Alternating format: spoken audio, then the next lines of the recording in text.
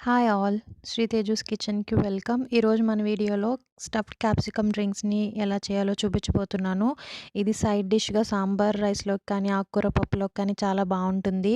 And నేను ఆకుకూర పప్పు చేశాను. దానికి సైడ్ డిష్‌గా ఈ క్యాప్సికమ్ డ్రింక్స్‌ని చేశాను. ఇవి పైన క్రిస్పీగా లోపల సాఫ్ట్‌గా ఉంటాయి. కాబట్టి స్నాక్స్ టైమ్‌లో కూడా తినడానికి చాలా బావుంటాయి. ఫస్ట్ మనం క్యాప్సికమ్‌ని కట్ చేసుకొని పెట్టుకోవాలి. దీనికోసం నేను green colour, red and yellow colour క్యాప్సికమ్‌ని యూజ్ చేస్తున్నాను.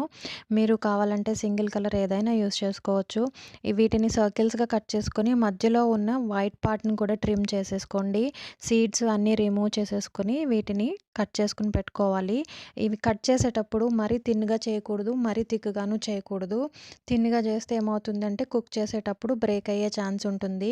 థిక్‌గా చేయడం వల్ల మనం కుక్ చేసేటప్పుడు క్యాప్సికమ్ ఎడ్జెస్ అనేవి ఒక్కొక్కసారి సాఫ్ట్‌గా ఉండిపోయి కుక్ అవ్వకుండా ఉంటది. సో, మీడియంగా కట్ చేసుకొని పెట్టుకోండి. తర్వాత ఒక రా పొటాటోని పీల్ ఆఫ్ చేసి ఇలా గ్రేట్ చేసి కోల్డ్ వాటర్‌లో వేసుకొని ఉంచుకోవాలి. ఇలా కోల్డ్ వాటర్‌లో వేసి ఉంచడం వల్ల పొటాటోలో ఉన్న స్టార్చ్ అంతా బయటకు పోతుంది. దీనివల్ల మనకి ఎక్స్ట్రా క్రిస్పీనెస్ వస్తుంది స్టఫ్డ్ డ్రింక్స్‌కి. తర్వాత ఒక బౌల్ తీసుకొని దాంట్లో ఒక మీడియం సైజ్ ఆనియన్‌ని చిన్న ముక్కలుగా కట్ చేసి వేసుకోండి. ఒక చిన్న సైజ్ క్యారెట్‌ని కూడా తురుముకొనన్నా వేసుకోవచ్చు. ముక్కలుగా కట్ చేసుకొనన్నా వేసుకోవచ్చు. గ్రేట్ చేసి పెట్టుకున్న పొటాటోని 2 టైమ్స్ కోల్డ్ వాటర్‌లో వాష్ చేసి స్టార్చ్ అంతా రిమూవ్ చేసి స్క్వీజ్ చేసి ఇందులో వేసుకోండి.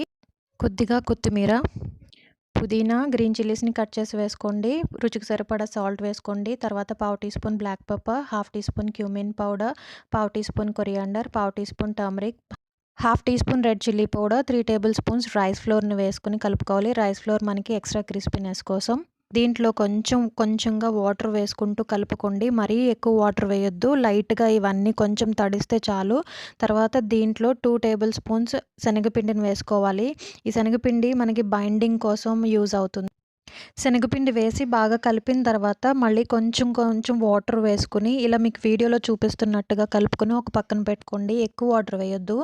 ఇప్పుడు మనం ఒక పాన్ పెట్టుకొని దాంట్లో 5 టేబుల్ స్పూన్స్ ఆయిల్ వేసుకోవాలి. ఈ ఆయిల్ హీట్ అయిన తర్వాత మనం కట్ చేసి క్యాప్సికమ్ డ్రింక్స్‌ని ఈ ఆయిల్‌లో వేసుకోవాలి. దీంట్లో మనం మిక్స్ చేసి పెట్టుకున్న వెజిటబుల్ మిక్చర్‌ని స్టఫ్ చేసుకుందాము. ఇప్పుడు స్పూన్‌తో ఈ మిక్చర్‌ని లోపల స్ప్రెడ్ చేసుకోవాలి ఈవెన్‌గా. ఇలా స్ప్రెడ్ చేసిన తర్వాత ఒక మూత పెట్టుకొని మీడియం హీట్ పైన కుక్ చేసుకోవాలి. దీనికి మినిమమ్ 10-12 మినిట్స్ పడుతుంది ఒక వైపున ప్రాపర్‌గా కుక్ అవ్వడానికి. సో, లిడ్ క్లోజ్ చేసుకొని మనం కుక్ చేసుకుందాం. 10 మినిట్స్ తర్వాత లిడ్ ఓపెన్ చేసి సెకండ్ సైడ్‌కి టర్న్ చేసుకోవాలి. ఇలా టర్న్ చేసేటప్పుడు 2 స్పాచులాస్‌ని యూజ్ చేసుకొని టర్న్ చేసుకుంటే మనకి ఇది బ్రేక్ అవ్వకుండా ఉంటుంది. నేను వీడియోలో చూపిస్తున్నట్టుగా ఇలా 2 స్పాచులాస్‌తో కేర్‌ఫుల్‌గా పట్టుకొని టర్న్ చేసుకోండి. ఇలా సెకండ్ వైపు కూడా టర్న్ చేసిన తర్వాత మళ్ళీ లిడ్ ఆన్ చేసి ఒక 5-8 మినిట్స్ కుక్ చేసుకోండి. రెండు వైపులా క్రిస్పీగా కుక్ అయ్యే వరకు మనం వీటిని ఫ్రై చేసుకోవాలి ఆయిల్‌లో.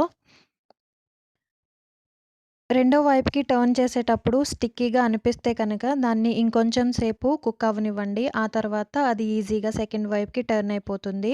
సో, ఇది రెండు సైడ్‌లు మనకు క్రిస్పీగా కుక్ చేసుకునేంత వరకు మనం దీన్ని బయటకి తీయకూడదు. ఇలా మీకు వీడియోలో చూపిస్తున్నట్టుగా మనకి మంచి కలర్ వచ్చింది కదా! అంటే ఇది క్రిస్పీగా కుక్ అయింది అని అర్థం. ఈ ప్యాన్‌లో ఉన్న ఆయిల్‌నే మనం కొంచెంగా ఈ స్టఫ్ చేసుకున్న రింగ్స్ పైన వేస్తూ ఉండండి. ఇలా వేయడం వల్ల మనకి సైడ్‌న ఉన్న క్యాప్సికమ్ కూడా బాగా ఫ్రై అవుతుంది. క్రిస్పీగా అవుతుంది. ఇలా వన్స్ అంతా క్రిస్పీగా అయిన తర్వాత ఒక ప్లేట్‌లోకి ట్రాన్స్‌ఫర్ చేసుకోవాలి. తర్వాత మనం ఇంకా మిగిలిన రింగ్స్ ఉన్నాయి కదా! వాటిని కూడా సేమ్ ఇలానే కుక్ చేసుకొని, స్టఫ్ చేసుకొని, ఫ్రై చేసుకొని పెట్టుకోవాలి. మనకి ఫైనల్‌గా అన్ని రింగ్స్ ప్రిపేర్ అయిపోయిన తర్వాత ఒక ప్లేట్‌లోకి తీసుకొని సర్వ్ చేసుకుందాం. ఈ క్యాప్సికమ్‌ని చాలామంది సలాడ్స్‌లో, పిజ్జా ప్రిపరేషన్స్‌లో వాటిల్లో యూజ్ చేస్తూ ఉంటారు. ఎందుకంటే ఇందులో 94% వాటర్ కంటెంట్ ఉంటుంది.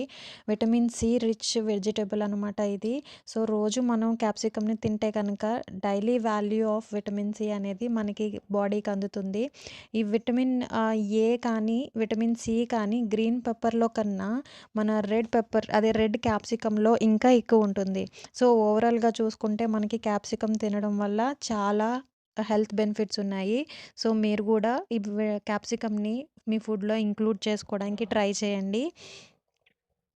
అంతేనండి. మన రెసిపీ రెడీ అయిపోయింది. ఇవన్నీ మనం ప్లేట్‌లోకి తీసేసుకొని సర్వ్ చేసేసుకుందాము. మీకు ఈ వీడియో నచ్చిందా? ఈ రెసిపీ మీకు నచ్చినట్టయితే గనక లైక్ చేయండి, కామెంట్ చేయండి. మీ ఫ్రెండ్స్ అండ్ ఫ్యామిలీ మెంబర్స్‌తో షేర్ చేయండి.